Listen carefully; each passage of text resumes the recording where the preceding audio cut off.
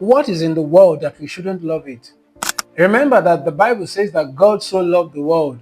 So the world can't be a bad thing in itself. And if you go back to read that passage in First John where he talks about not loving the world, he went on to explain what he meant by the world or love of the world there.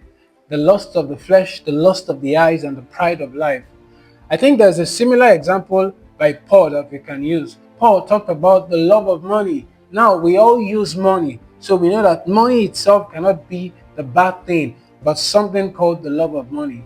So, what is in the world that we shouldn't love, or what is in culture that we shouldn't love? We need to differentiate between what I call vehicles and values. Let me give you an example.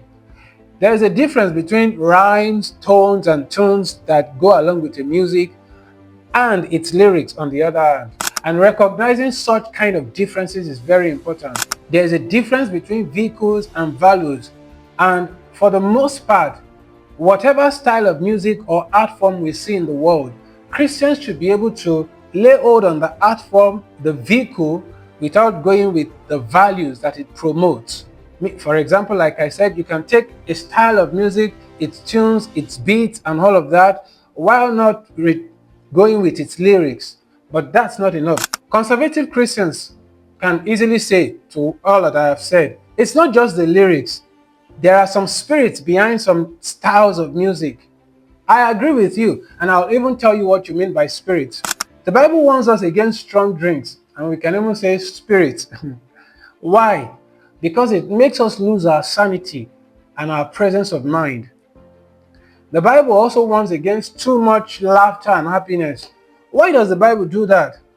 Same reason, because sometimes when we get too excited, we lose ourselves. Many forms of music make us lose ourselves and our sense, our sanity.